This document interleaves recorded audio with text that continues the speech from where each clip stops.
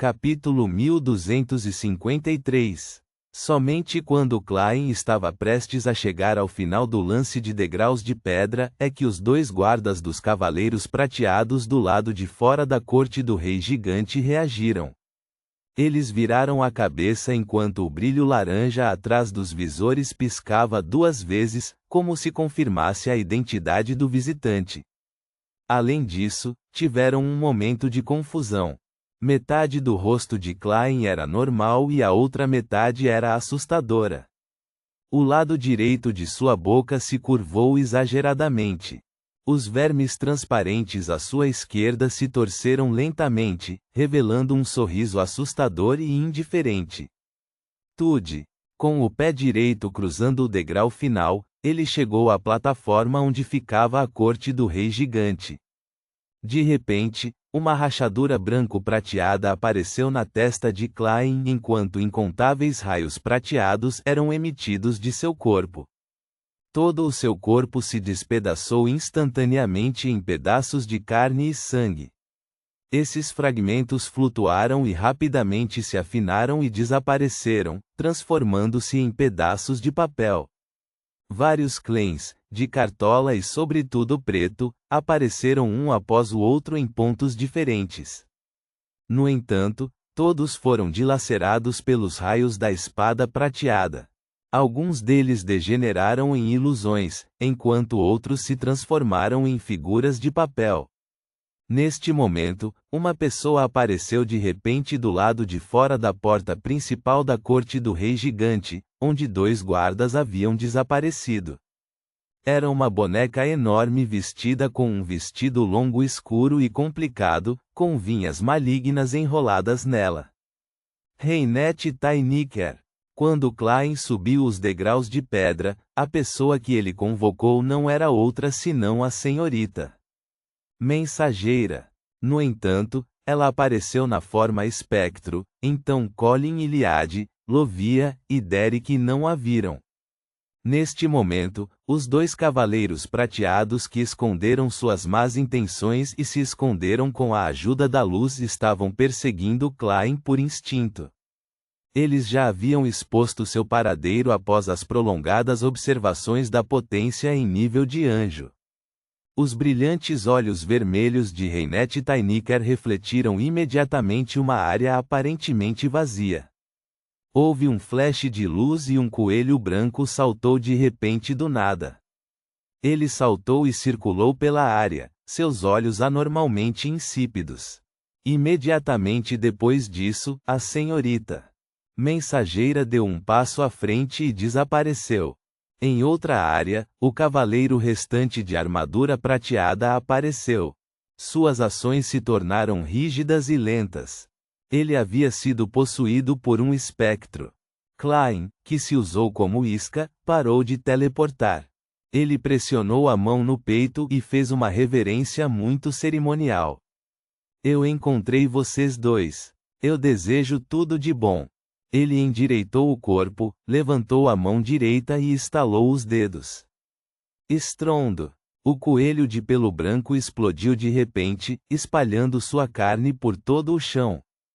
Então, ele caminhou em direção ao guarda-cavaleiro prateado que tentou o seu melhor para lutar, mas sem sucesso.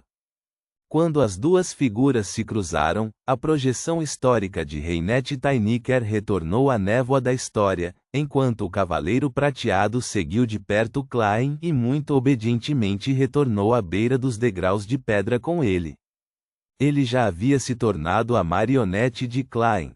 Podemos entrar. Cláin sorriu ao dizer a Colin e Liade e aos outros ao pé da escada de pedra. Os olhos de Derek brilharam enquanto ele se maravilhava interiormente. Senhor Mundo é realmente poderoso. Ele conseguiu acabar com 2 guardas dos Cavaleiros Prateados sozinho e tão rapidamente. Colin e Liade virou a cabeça para olhar para Lovia. Pelo olhar dela, ele podia sentir suas emoções pesadas. O chefe da Cidade de Prata não mudou de expressão. Ele segurou as 2 espadas que refletiam a luz do amanhecer e subiu os degraus de pedra com firmeza. Ele veio para o lado de Klein e sussurrou: mutante. Klein pressionou um verme espiritual que formava seu olho esquerdo e sorriu sem responder. Depois que Derek e Lovia subiram as escadas, os 4 semideuses e uma marionete se viraram e chegaram à porta principal da corte do Rei Gigante. Durante esse processo, Klein guardou a característica de Beyonder do Cavaleiro Prateado que vazou do coelho. Esta era uma recompensa para Reinette Tainiker. De acordo com o acordo entre ele e o anjo, os despojos de guerra que Klein obteve ao invocar uma projeção histórica seriam divididos igualmente com a senhorita mensageira. Reinette Tainiker pegou o recurso Beyonder, enquanto Klein obteve uma nova marionete.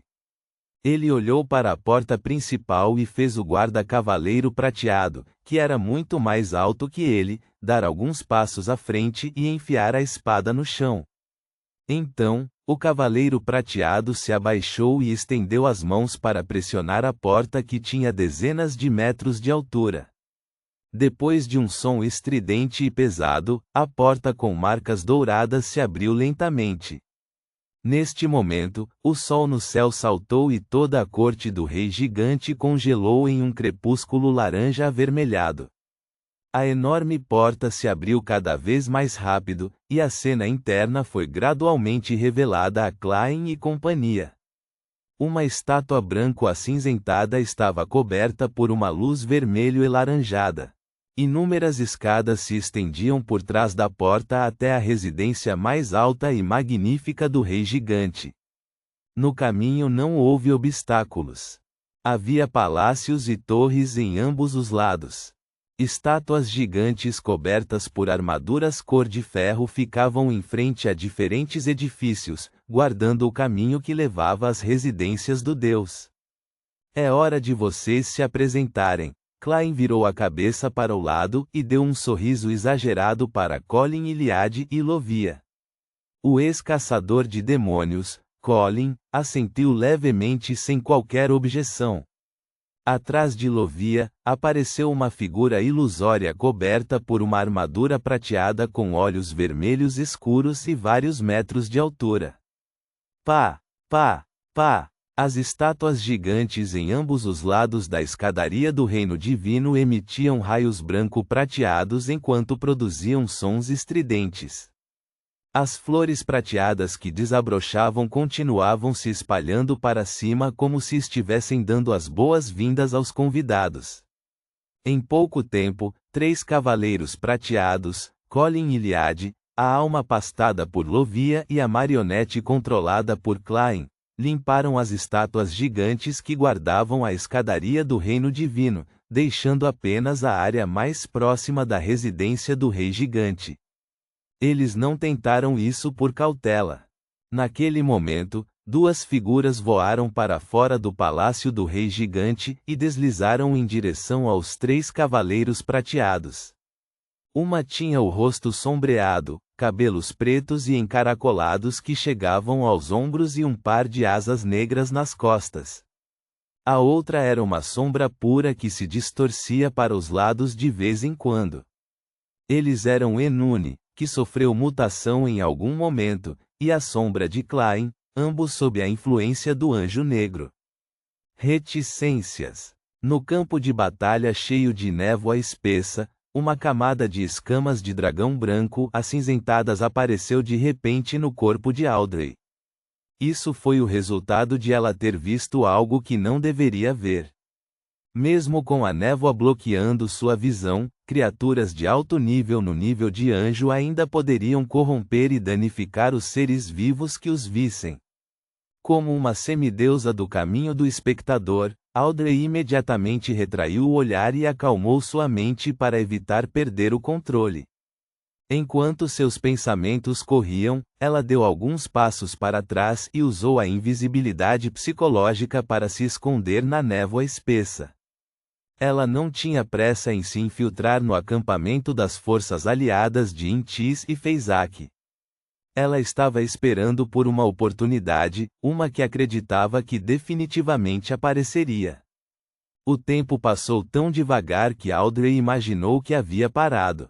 Depois de um período de tempo desconhecido, finalmente viu a neblina sobre a base das forças aliadas escurecer, como o sol mergulhando no horizonte.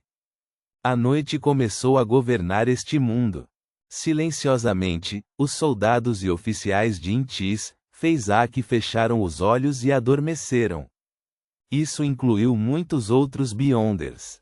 Audrey, que estava escondida não muito longe, também adormeceu. No entanto, como uma caminhante dos sonhos que foi avisada antecipadamente, ela conseguiu permanecer lúcida. Então, sem saber quanto tempo duraria a oportunidade, ela usou Travessia dos Sonhos para entrar em Intis, na base das forças aliadas de Fezak.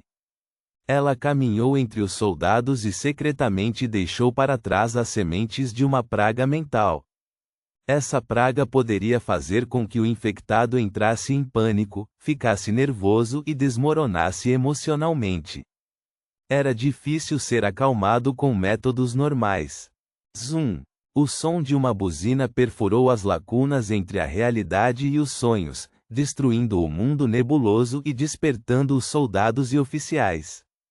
Audrey não hesitou. No instante anterior ao sonho ser completamente destruído, ela atravessou até o outro extremo do acampamento, longe do grupo que havia plantado as sementes da praga mental. No segundo seguinte, o mundo dos sonhos desabou completamente, forçando-a a voltar à realidade. Ela apareceu nas fronteiras de Intis, na base das forças aliadas de Fezak. Tude! Um raio branco prateado se iluminou, explodindo ao lado de Audrey, destruindo a neblina. Audrey não entrou em pânico porque ser atacada estava dentro de suas expectativas. Depois de entrar em Intis, acampamento das forças aliadas de Fezak, ela sabia que sua invisibilidade psicológica provavelmente seria descoberta por outros usando outras pistas, como não ser capaz de esconder completamente sua malícia. Portanto, além de sua invisibilidade psicológica, ela também usou técnicas semelhantes e a desordem e mão do horror para criar outra versão falsa de si mesma para enganar os possíveis agressores. Em outras palavras, ainda havia uma camada de ilusão escondida sob sua invisibilidade psicológica. E os fatos provaram que a compreensão que Audrey tinha do inimigo estava correta. A versão falsa dela realmente encontrou um ataque repentino. Aproveitando esta oportunidade, recuou para as profundezas da neblina. Então, um dragão branco acinzentado que ainda estava em forma humana apareceu. Tinha símbolos misteriosos e tridimensionais gravados em suas enormes escamas. Eles estavam se infiltrando e se estendendo para fora, como se estivessem se entrelaçando em algo indescritível. Algo que não pertencia à realidade faria com que a mente entrasse em frenesi e distorcesse seus pensamentos só de olhar para ele. Ao mesmo tempo, uma figura vestida com traje de general de Fezak apareceu no local onde Audrey estava. Seu rosto, pescoço e palma estavam cobertos por uma armadura prateada, exalando uma sensação de frio. Reticências. As sombras de Enune e Klein pousaram em uma plataforma coberta de luz laranja. Os três cavaleiros prateados recuaram e voltaram para o lado de Derek e Klein. Klein levantou a mão para cobrir a bochecha esquerda e riu da sombra e de Enune. Parece que vocês não podem sair dessa área. Ele deu alguns passos à frente e abriu as palmas das mãos. Fez uma careta e disse, que pena. Dessa forma, você não será capaz de me atacar. Bang! A sombra abriu a boca e lançou um canhão de ar. Ponto.